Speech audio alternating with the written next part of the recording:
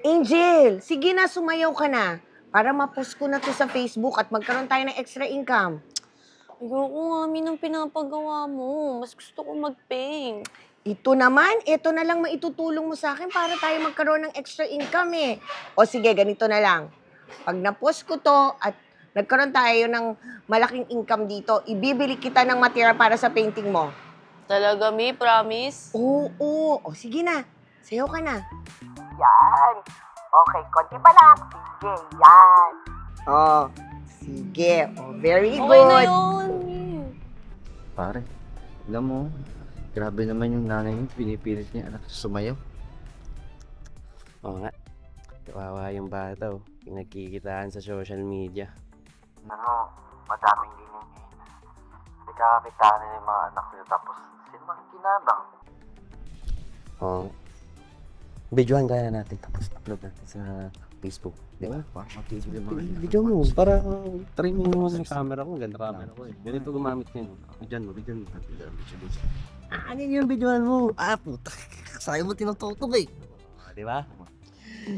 Nakakatuwa naman talaga. Oh. Ang laki na ng views nung pinost ko. Basta pag anak mo yung pinost ko, mukhang dadami na daddy ang followers ko. Tsaka yung income ko. Ay, naku man. Alam mo, puro na lang yung social media ang inaatupag mo. Eh, sana naman isipin mo rin yung privacy ninyo. Lalo na yung privacy ng anak mo. Ikaw naman daddy, alam ko naman yun. Tsaka, ito lang naman yung pinagkakaaliwan ko pag wala kayo dito ng anak mo. Tsaka, may extra income naman to.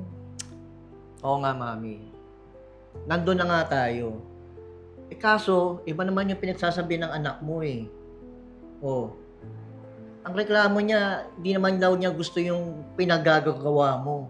Ang gusto niya, mag-painting. Eh, alam ko naman yung daddy, kaya nga nangako ako sa anak mo. Ang sabi ko, pag nagkaroon na ako ng income, ibibili ko siya ng pang painting materials niya. Alam mo, mami, no? Di ko na talaga mag-gets eh. Kung bakit mo pa ginagawa yan.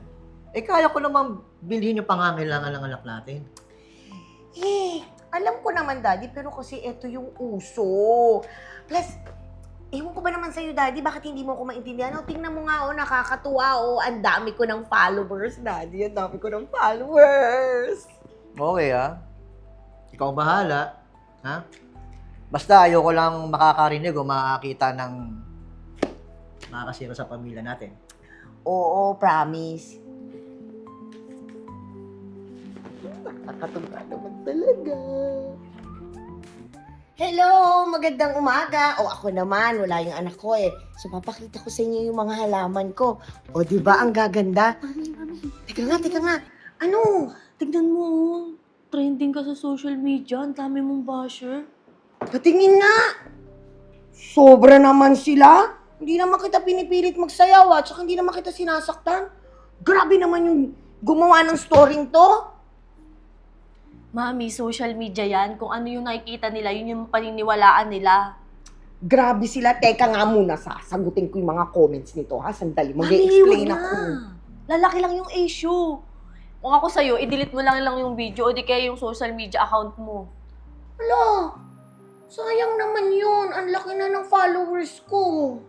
Mas importante pa ba yun, Mami, kaysa sa privacy natin? Sige ka, malalagot ka kay Daddy. Eh, siyempre, mas importante kayo sa akin ng daddy mo. Eh, kaya lang, yun lang naman ang nagpapasaya sa akin dito pag wala kayong dalawa ng daddy mo. Mami, marami ka pang pwedeng gawin. Gusto mo, turuan kita mag-paint? Sige na nga, bahala ka na.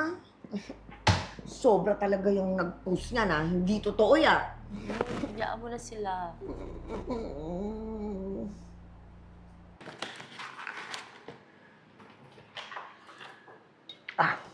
Angel, anak. Daddy. May pasalubong ako sa'yo.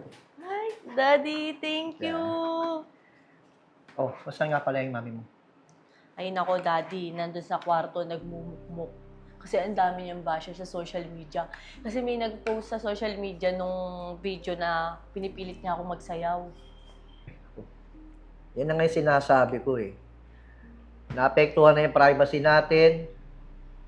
pati yung dulot ng mga bashes niya sa mental health niya.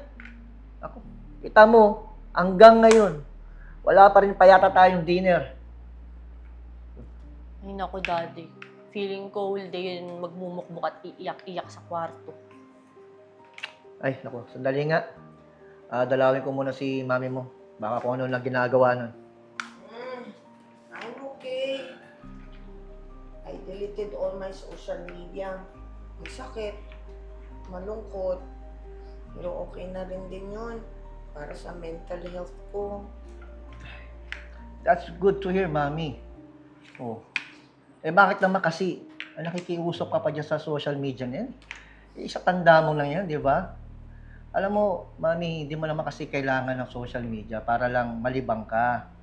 Oh. Kagaya niya, no, binilang ko yung anak mo ng gamit pang painting. Tuturuan ka niya mag-paint. Oo nga, Mami. Ito yung video mo, yung bonding natin, kesa naman yung pagsayaw sa'yo mo.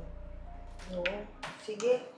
I've learned my lesson. Tsaka siguro, mag-aalaga na lang ako ng aso o pusa para naman meron akong kasama dito sa bahay at maging masaya ako pag wala kayong dalawa. Okay yan, Mami, para may time ka na din. O, di ba? O, kahit pa paano, meron ka ng times para sa anak natin. Para rin sa akin, di ba? Okay na ako. Ito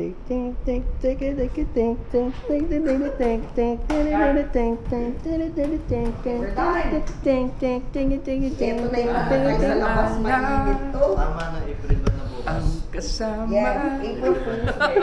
dali, April ingat Fool's Day. saya. Ano ko, yung malaki.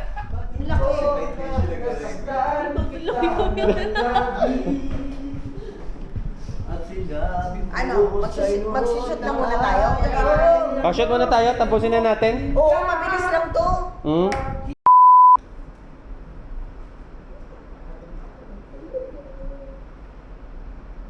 And... Cat! Ako, lista ko.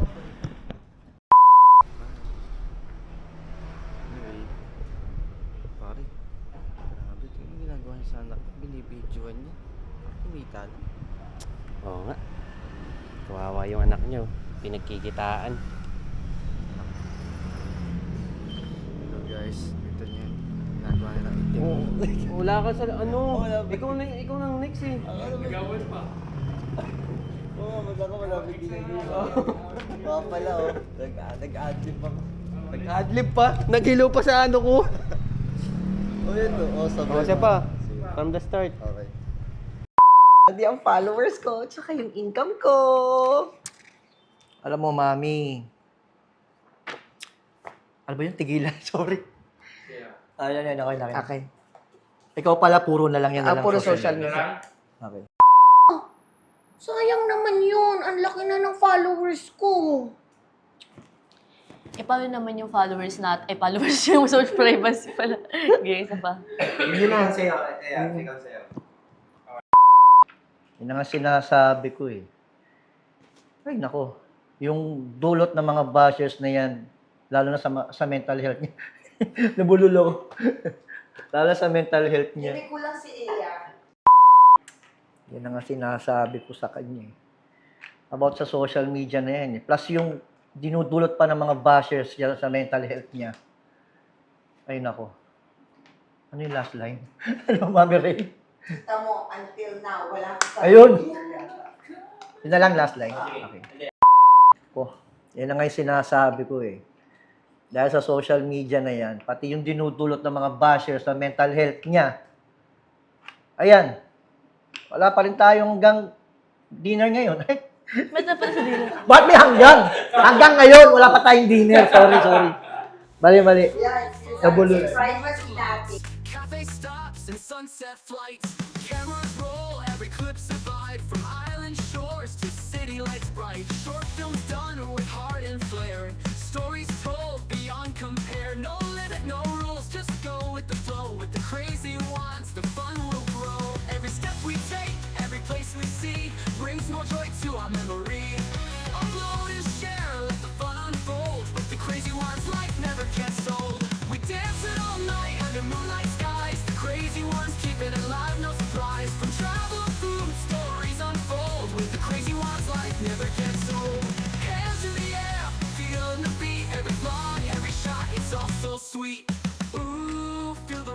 take control.